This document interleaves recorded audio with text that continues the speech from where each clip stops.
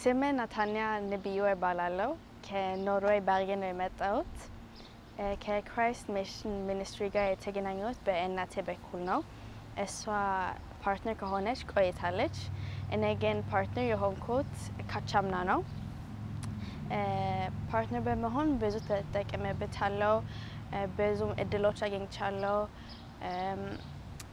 ዩት ካምፕ ሄጃለሁ ሃይ ላይፍ ተመሪያለሁ በሱ ስለተማርኩት የህይወት ዓላማ ምን እንደሆነ ተመሪያለሁ የመወሰነው ውሳኔ በወጣትነቴ በትምህርት ቢሆንም በስራ ቢሆንም ከአንድ ቤት የሚወጣው ቃል ቁጥብ እንደሆነ ተመሪያለሁ ደግሞ የመጽሐፍ ቅዱስ ማህይምነት ፓስተር እንዲጠፋ በህይወቴ ላይ ብዙ ተጠቅሜበታለሁ ደግሞ በዚህ አጋጣሚ ለዩት መልእክት ማስተላለፍ የምፈልገው የህይወት ዓላማ ካላወቃችሁ የህይወቴ ዓላማ ምንድነው ከዚህ በኋላ ምንድነው ቢኖር ጥያቄ ካላችሁ ክራይስት ሚሽን ሚኒስትሪ ጋር ተገናኙ መልስ ታገኛላችሁ ደግሞ ለፓስተር ያለኝ መልእክት ሁሌ ማመስገን እፈልጋለሁ እግዚአብሔር አንድ ሰው ጋር ህይወት ዓላማ ጥሪን ሲወስን በአንድ ሰው ህይወት ላይ ሰው ደግሞ ሲወስን ሲሄድበት በአንድ ሰው ስንት ሰው ስለሚፈወስ ሁሉ ጊዜ ይገርመኛል ደግሞ መወሰን መገምገም ደግሞ በሱ ደግሞ መራመድ መሄድም አንድ ነገር ነው ስለዚህ ፓስተርን በጣም ማመሰግን እፈልጋለሁ ስሜ ጌታቸው ወደታበዳሳ እባላለሁ የመጣሁት ከሃሪስበርግ ነው ፔንሲልቫኒያ እንግዲህ መጀመሪያ ከሲኤም ጋር የተገናኘሁት መጀመሪያ ጆይን ያደረገችው እህቴ ናት የባለቤቴ እህት ሱራፌል ተስፋዬ ትባላለች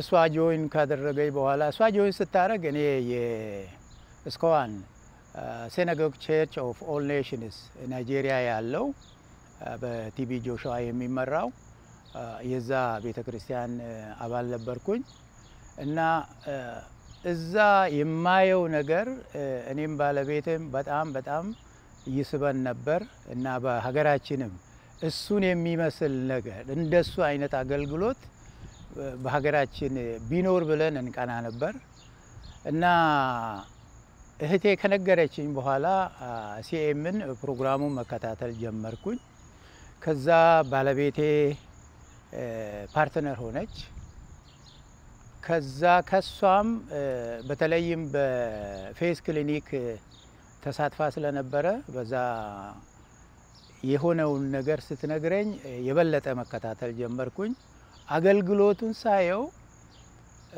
የፕሮፌት ቲቢ ጆሹዋ አገልግሎት ጋራ የሚመሳሰል ነገር አየው እና የበለጠ እየተሳብኩ መጣው እና በተለይ ደግሞ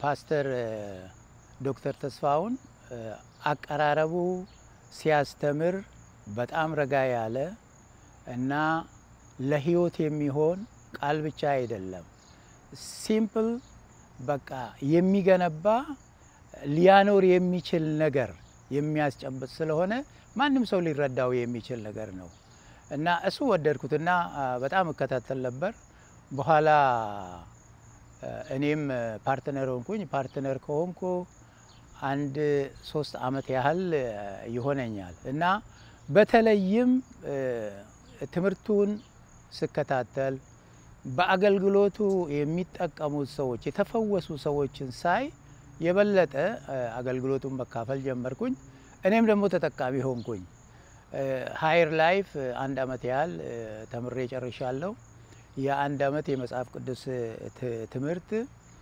ተምሬያለሁ የኤፌሶን መጽሐፍ ተምሬያለሁ ስለዚህ እኔ ለመንፈሳዊ ህይወቴ እድገት እጅግ በጣም ጠቅሞኛል ቴዎሎጂ ተምሬያለሁ ግን ይሄ ከህይወት ጋር የተገናኘ ስለሆነ ህይወትን ነው በቃ ሰው በክርስትና ህይወቱ እንዴት መመራት እንዳለበትና የየእለት ኑሮን የሚመራ ነው ከሌላው ከቴዎሎጂ ትምህርት የተለየ ሆኖ ያገኘሁት ምንድነው ህይወት አለበት የሚያኖር ነገር ነው እና የሚያስተምረው። ሰሎሜ ጧፌ እባላለሁ። ከቨርጂኒያ ነው የመጣሁት። ወደ ሲኤም አገልግሎት የተገናኘሁት 2022 ላይ ነው። የመጀመሪያው ፌት ክሊኒክ ላይ መጥቼ ነበረ። ወደዚህ ስመጣ በብዙ ጭንቀት ነው የመጣሁት። ለኦቨር 1 አመት በላይ ብዙ ናይትሜሮች፣ ብዙ ጭንቀቶች ነበሩኝ። በተለይ ህልሞች፣ በጣም የሚያስፈሩ ነገሮች አያለው። ቀን ቀን በጣም ይጨንከኛል። በጣም ግሪፍ ውስጥ እያለፍኩኝ ነው። ስራዬን ትቻለሁ። ብዙ ሪሌሽንሺፖቼም ፈርሰው ነበረ እና ትንሽ ግራ ገብቶኝ ነበረ ምን እንደማደርግ እና ኤክስፔክቴሽኔ እዚህ ስመጣ እግዚአብሔር ጉልበት የለኝም እና እርዳኝ ብዬ ነው እዚህ የመጣሁት።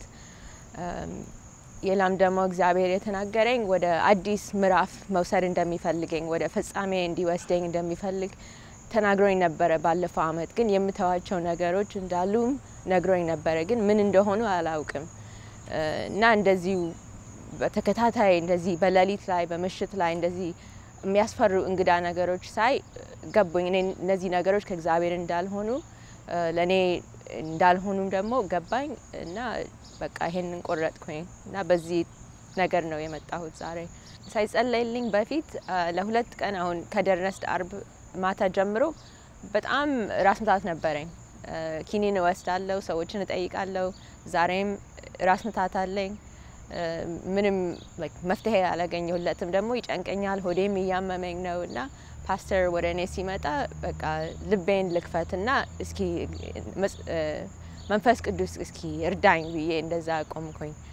ፓስተር ወደ እኔ መጣ፣ ልቤን ከፈትኩኝ፣ ነፃ ወጣሁኝ። ከዛ በኋላ ሪሊፍ አገኘሁኝ። ራስ ምታቱም ለቀቀኝ ወዲያው። ደስ አለኝ። መልእክት እኔ ማስተላለፍ የምፈልገው ለሁሉም ክርስቲያን ነው ይሄ። በህይወታችሁ ላይ የሚጎትታችሁ ነገር ወይ አንድ ወደ ኋላ የሚይዛችሁ ነገር ካለ፣ የሚያስፈራራችሁ ነገርም ከሆነም ይሄ ነገር ከእግዚአብሔር አይደለም እና ለምኑ፣ ጠይቁት። ወደ ሌላ ነገር መሻገር ከፈለጋችሁት ይረዳችኋል። ይሄን ብዬ ነው እና በጣም ነው የማመሰግነው ፓስተር ተስፋሁን ክራይስት ሚሽን ሚኒስትሪስ። ይሄም ለእግዚአብሔር ክብር ነው። አመሰግናለሁ። ስሜ ሱራፌል ተስፋ ይባላለሁ። የመጣሁት ከፔንሳልቫኒያ ሃሪስበርግ ነው። እኔ 2018 ነው ሲኤምን ጆይን ያደረኩት። እንዴት ጆይን አደረኩኝ? በህልም ነው ያየሁት። የልብ መሻት ነበረኝ እግዚአብሔርን ቤት ለመስራት የልብ መሻት ነበረኝና በገንዘብ ማገልገል እንደዚህ ጥማቱ ነበረኝና እንዲሁ የሆነ ቦታ ዝም ብዬ ከታተል ነበርና አንድ የቤተ ክርስቲያናችን ሽማግሌ የሆነ ነይ ሲኤም ፓርትነር ሁኝ ብሎ ሲያስፈርመኝ አየሁትና ያን ነገር ለጥቂት ጊዜ አዳመጥኩት። ልቤ ሞላ፣ ማየት ጀመርኩኝ ማለት ነው። ከዛ በፊት ወጥቼ ገባለሁ፣ አይዋለሁ፣ ልጅ ይሆንብኝና መለሳለሁ፣ ደሞ ወጣለሁ። በኋላ ግን ያንን ራእይ ካየሁኝ በኋላ መከታተል ጀመርኩኝ። ስከታተል የፓስተር ትምህርት በእውነት ህይወትን የሚለውጥ እንደገና የደረቀ ማንነቴን ያለመለመልኝ በመኖር ህይወቱን ያሳየኝ ትምህርቶችን ብዙ ተከታተልኩኝ። ከዛ በኋላ ወሰንኩ፣ ሲኤምን ጆይን አደረኩ ማለት ነው 2018። ጌታ ይባረክ፣ እስካሁን ጌታ ረድቶኛል። እንደዚህ ያለሁኝ ሳለ ብቻዬን ነበርኩኝ። ጌታ ደግሞ ረዳኝና እህቴንና የእህቴን ባለቤት አብረው ወደዚህ ጆይን አደረጉ። ዛሬ ብዙ ሆኜ በሲኤም ቲቪ ሰራተኞች ሆነናል። ጌታ ስሙ ይባረክ፣ እግዚአብሔር ይመስገን። ሌላ ሃየር ላይፍን ተማርኩኝ። ሃየር ላይፍ ደግሞ በእውነት ፍቅር ምን እንደሆነ፣ ፍቅር ለምን እንደፈጠረኝ ያወቅኩበት ህይወትን የሚሰጥ ማንነቴን ያገኘሁበት ትምህርት ሆኖልኛል። ጌታ ስሙ ይባረክ፣ ጌታ ረድቶኛል። ዛሬ ደግሞ ድንቅ ሆነልኝ። በጣም በሚገርም ሁኔታ እግዚአብሔር ሳምንት እለት ልጆችን ይዤ ወደ ሆነ ቦታ ሄጄ ነበርና ዛ ቦታ ላይ ሳላስበው ኃይለኛ ውድቀት ወደቅኩኝ። እጄ ለብቻው ቀረ። ግን አንድ ነገር አልኩት፣ ዛሬ ይሄንን ያደረከው እዛው ሄደህ ልትቃጠል ነው፣ በዚህ ምክንያት አልቀርም ብየው መጣሁ። ጌታ ደግሞ ቀደመ።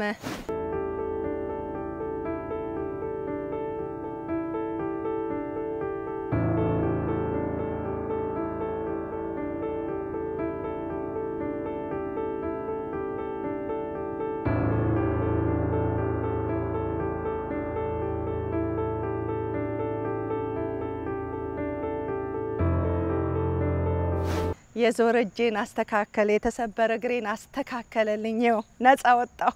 ጌታ ስሙ ይባረክ። አስቆኝ ወደ ቤቴ ልመለስ ነው።